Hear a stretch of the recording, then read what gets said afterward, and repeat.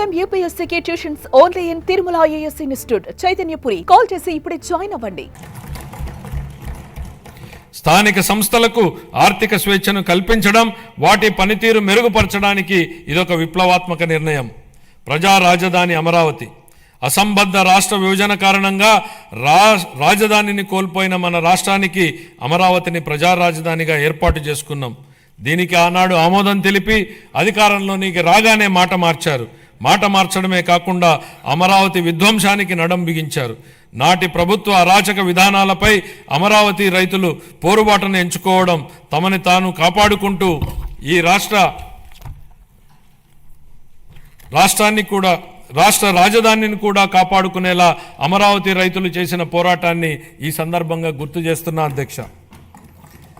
తిరిగి రాష్ట్ర ప్రజల ఆకాంక్షలకు అనుగుణంగా రాజధాని పనులను పెద్ద ఎత్తున చేపట్టేందుకు సిద్ధంగా ఉన్నామని చెప్పడానికి సంతోషిస్తున్నాను అధ్యక్ష.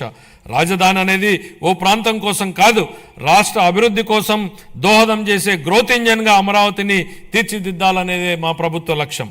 మహారాష్ట్ర అభివృద్ధికి ముంబై ఎంత కీలకమో, తెలంగాణ అభివృద్ధికి హైదరాబాద్ ఎంత ముఖ్యమో, మన రాష్ట్ర ఆర్థిక వ్యవస్థను ముందుకు తీసుకెళ్లడానికి అమరావతి నిర్మాణం కూడా అంతే అవసరం.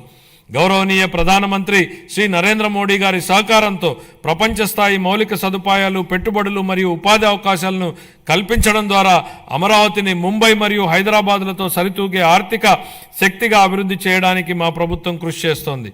అమరావతిని విధ్వంసం చేసేందుకు నాటి పాలకులు చెప్పిన మాటలను ఈ సందర్భంగా గుర్తు చేయాలనుకుంటున్న అధ్యక్ష. రాజధాని నిర్మాణం కోసం అంత డబ్బులు ఇవ్వలేం కాబట్టి 3 రాజధానులు ఏర్పాటు అన్నారు.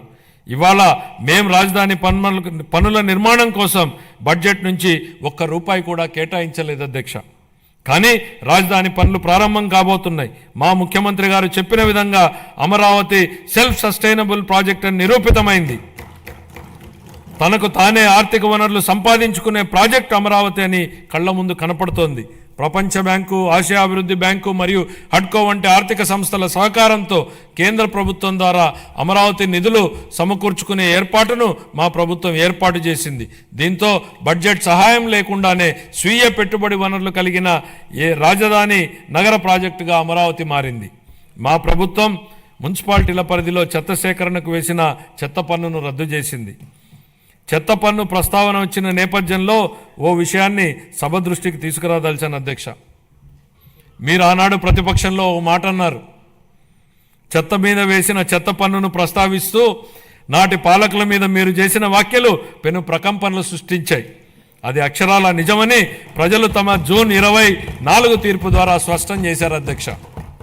గత పాలకులు రాష్ట్రానికి అప్పులనే కాదు, చెత్తను కూడా మనకు వారసత్వంగా వదిలేసి వెళ్లారు. రాష్ట్రంలో 83 లక్షల మెట్రిక్ టన్నుల చెత్తను ఎత్తకుండా వదిలి వెళ్లిపోయింది గత ప్రభుత్వం. కూటమి ప్రభుత్వం చెత్త పన్నుని రద్దు చేయడమే కాకుండా మళ్లీ స్వచ్ఛాంధ్ర దిశగా పనిచేస్తోంది అధ్యక్ష. పట్టణ పేదలకు రాయితీపై ఆహారాన్ని అందించే 204 అన్నా క్యాంటీన్లను ఇప్పటికే ప్రారంభించడం జరిగింది. 25-26 ఆర్థిక సంవత్సరానికి